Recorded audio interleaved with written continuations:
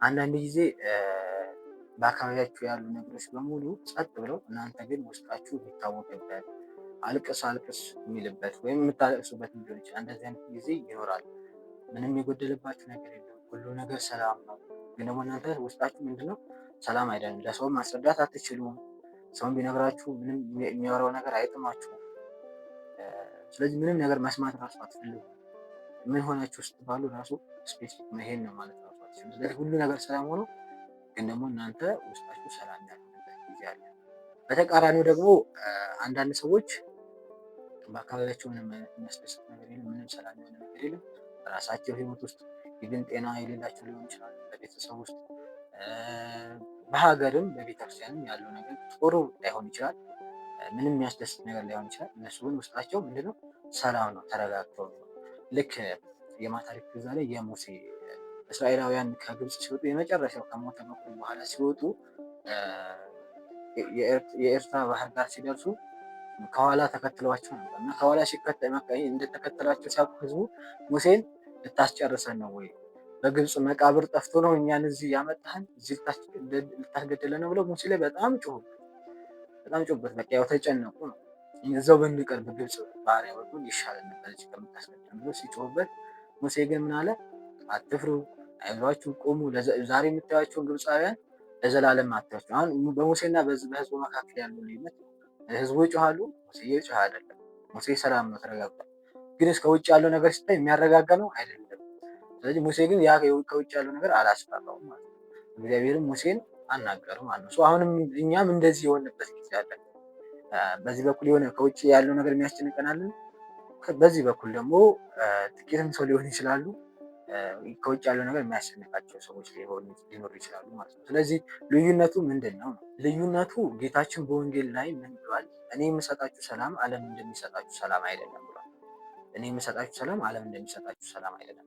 ያ ማለት ምን ማለት ነው?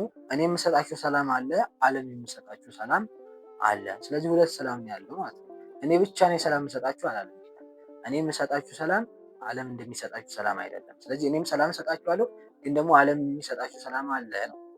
ግን ሁለቱ ደግሞ ምንድነው ልዩነት አላቸው ነው። ስለዚህ ሁለት ሰላም አለ ማለት ነው። ሁለት ደስታ አለ፣ ሁለት ምቾት አለ፣ ሁለት ህይወት አለ። ከዓለም የሚገኝ ደስታ፣ ከዓለም የሚገኝ ፍቅር፣ ከዓለም የሚገኝ ሰላም፣ ከዓለም የሚገኝ ብዙ ነገር አለ።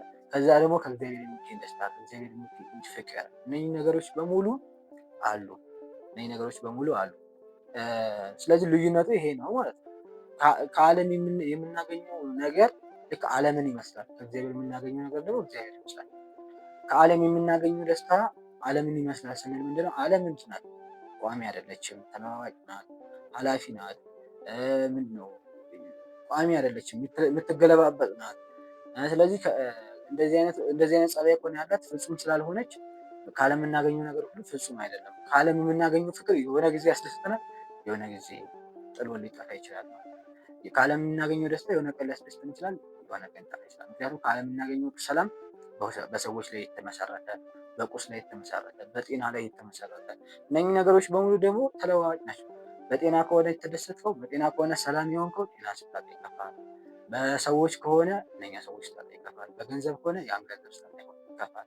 ስለዚህ ከዓለም የሚገኙ ነገሮች በሙሉ የደስታ ምንጭ፣ የሰላም ምንጭ ሊሆኑ አይገባም። እነሱ ከሆኑ የሰላም ምንጫችን እነሱ ስለሚለዋወጡ መለወጣቸው ደግሞ ግዴታ ነው። ስለሚለዋወጡ የኛ ሰላም አብሮ ይሄዳል ማለት ነው። ስለዚህ መፍትሄው ምንድነው? ከእግዚአብሔር የሆነውን ሰላም ማግኘት ማለት ነው። ከእግዚአብሔር የምናገኘው ሰላም ደግሞ እግዚአብሔር ይመስላል ማለት ነው። እግዚአብሔር በባህሪው ፍጹም ነው፣ ፍቅር ነው፣ ዘላለማዊ ነው፣ የማይለወጥ ነው፣ ፍቅሩ የማይቀየር ነው። ስለዚህ ፍጹም ስለሆነ ከእግዚአብሔር የምናገኛቸው ጸጋዎች በሙሉ ፍጹም ናቸው።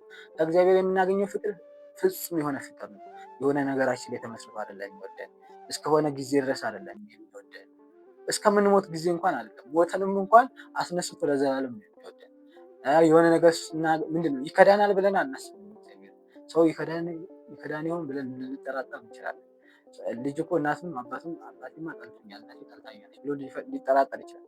እግዚአብሔር ጋር ግን እንደዛ አይደለም። ኮምፕሊትሊ እኛ ክደነው ብንሄድ እንኳን ተመለሱ ብሎ ይለምነናል እንጂ እንኳን እኛ አምነነው ሊከዳን ማለት ነው። ስለዚህ በተስባል በባህሪው እንደዚህ አይነት ነገር የለበትም። ስለዚህ እግዚአብሔር ፍጹም ስለሆነ ከእግዚአብሔር የምናገኘው ፍቅር ፍጹም ነው።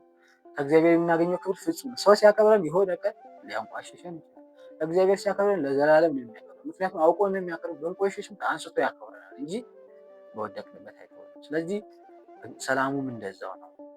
ከእግዚአብሔር የምናገኘው ሰላም ዘላለማዊ ልክ ሙሴ ጸጥ እንዳለው ሌሎችም ለምሳሌ ብዙ ቅዱሳን በሰይፍ ሲሰየፉ ብዙ መከራ ሲደርስባቸው በሰላም ነው የተቀበሉት። ደስ እያላቸው ነው ወደ ሞት የሚሄዱት ነበር። ያ ክርስቶስ ልባቸው ውስጥ ገብቶ ልባቸው ውስጥ እንዴት ነው ተቀርቅሮ ነው ማለት ነው። ልባቸው ውስጥ የእግዚአብሔር ፍቅር ልባችሁን ሙሉ ለሙሉ ተቆጣጥሯል ማለት ነው። እግዚአብሔር ሙሉ ለሙሉ በሕይወታችሁ ውስጥ ገብቷል ማለት ነው። ስለዚህ እግዚአብሔርን ስናገኝ እነዚህ ነገሮች በሙሉ የሚያስጨንቁን አይሆንም ማለት ነው፣ እንደ ብዙዎቹ ቅዱሳን ማለት ነው።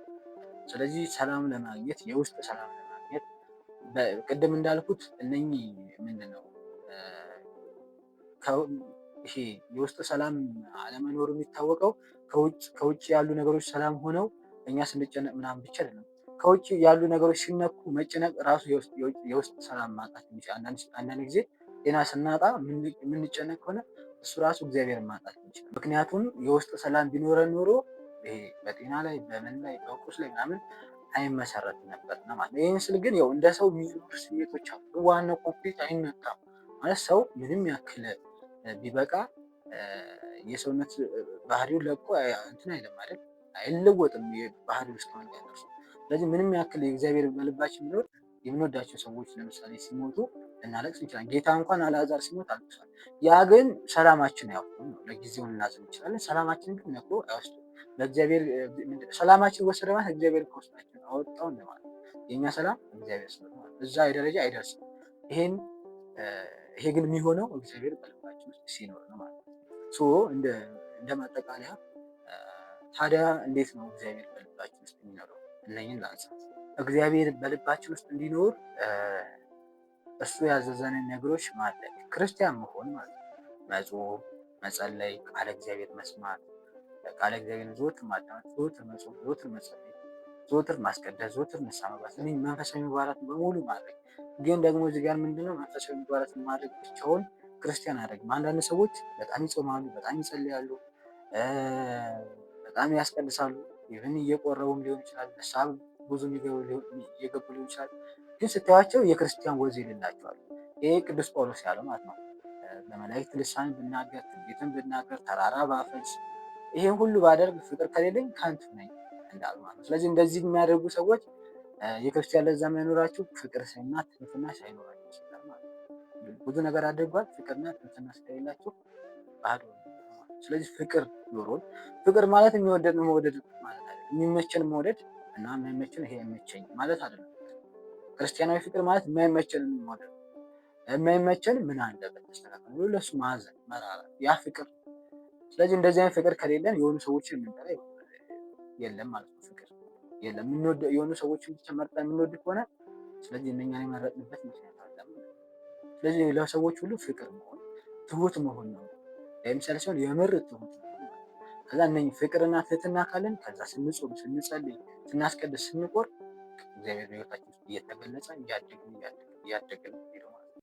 ከዛ በኋላ የሚያስጨንቀን እነኝህ ምድራዊ ነገሮች የሚያስጨንቀን ሰዎች አንሆንም። ቅዱስ ጴጥሮስ የሐዋርያት ሥራ ላይ ተይዞ ነገ ይገደላል ተብሎ ተይዞ እሱ ግን ምንድነው በሰላም ነበር አይደለም የነበረው። ለምሳሌ አንዳንድ ጊዜ ህፃናት ወይም በምን መሰለው ጦርነት ሆኖ የተኩስ ድምፅ እየተሰማ የ6 ወር ህፃን ልጅን እናቱ ጀርባ ላይ የሰላም እንቅልፍ ይተኛል። ልክ እንደዛ ነው ማለት ነው። አሁን ህፃናት ብዙ ጊዜ የሚያስፈራ ቦታ ብዙ እንኳን የሚያስፈራ ነገር ላይሆን ይችላል፣ ነገር ሊያለቅሱ ምናምን ይችላሉ ብቻቸውን ከሆኑ የሆነ ነገር መጣብኝ ብለው ከአባታቸው ከእናታቸው ጋር ግን ከሆኑ በፍጹም ያለቅሱ። ስለዚህ እኛ አሁን የምንታወቀው ብቻችንን ስለሆነ ማለት ነው። ከእግዚአብሔር ጋር ስለሆነ ወይም ደግሞ ከእግዚአብሔር ካጠገባችን እንዳለ ፊል ስለማናደርግ ወይም ደግሞ የእግዚአብሔር ልጆች እንደሆኑ ብዙ ስላልተሰማን ይችላል። ስለዚህ የእግዚአብሔር ልጅ መሆናችን ማመንና የእውነት ልጅ ሆኑ መኖር። እስኪ አስቡት፣ አሁን በህይወታችሁ ውስጥ ያሉ ብዙ ችግሮች አሉ። እነሱን ችግሮች አሁን ለአንድ ንጉስ ወይም አሁን ባለ ደግሞ ለጠቅላይ ሚኒስትሩ ሄዳችሁ ብትነግሯቸው ወይም ደግሞ የጠቅላይ ሚኒስትሩ ልጅ ብትሆኑ አሁን እና በህይወታችሁ ውስጥ ያሉት ችግሮች ይፈታሉ ብላችሁ ታስባላችሁ? በእርግጠኝነት ታስባችሁ ብዙዎቻችሁ ታስባላችሁ። በዚህ ዓለም ነገር ነው የሚፈጠው። አብዛኞቻችን ችግራችን ሀሳባችን እዚህ ዓለም ምድር ላይ የሆነ ነገር ስለሆነ ይፈታል ብለን ብቻ እናስባለን። ስለዚህ አንድ ግለሰብ ጠቅላይ ሚኒስትር የሚሆን ማንም ብቻ አንድ ግለሰብ የእኛን ችግር ይፈታል ብለን ይህን ያክል ከተማመን ታዲያ እግዚአብሔርን እንዴት ነው? የእግዚአብሔር ልጅ ስንሆን ሁሉም ነገር ከእግዚአብሔር በታች ነው። ዓለምን ከፈለጋት አረንጓዴ፣ ቢጫ፣ ቀይ ማድረግ የሚችል ነው። ከፈለገው ማጥፋት የሚችል ነው። ከፈለገው አዲስ ዓለም መፍጠር የሚችል ከሁሉ በላይ የሆነ ነው። ስለዚህ እንደዚህ ከሆነ እግዚአብሔር እኛ የእሱ ልጆች ከሆነ አባታችን ከሆነ ታዲያ የኛ ችግር ለእርሱ ምንድን ነው? ግን እንደዚህ አይሰማል። ችግሩ ያ ነው። ስለዚህ እነዚህ ሁሉ መጨነቆች፣ መታወቆች ለማጥፋት እና ዘላቂ የሆነ ሰላም፣ መረጋጋት ለማግኘት ከማን ጋር መኖር? ከእግዚአብሔር ጋር መኖር። ከእግዚአብሔር ጋር ለመኖር የምናደርገው ፍቅር፣ ትህትና መያዝ፣ ከዛ በኋላ መንፈሳዊ ምግባራትን መፈጸም፣ መጾም፣ መጸለይ፣ መስገድ፣ በንስሐ መመላለስ፣ ማስቀደስ፣ መቁረብ፣ መመጽወት እነኚህ ነገሮች በሙሉ ማድረግ ቃለ እግዚአብሔር መስማት እነኚህ ነገሮች ሁሉ ካደረግን እግዚአብሔር ከእኛ ጋር ይሆናል። እንጸናለን፣ እንበረታለን፣ እናድጋለን። አስተሳሰባችን ሰማያዊ ስንሆን በምድራዊ ነገሮች መታወቃችን እየጠፋ እየቀነሰ ይሄዳል። ወስብሐት ለእግዚአብሔር።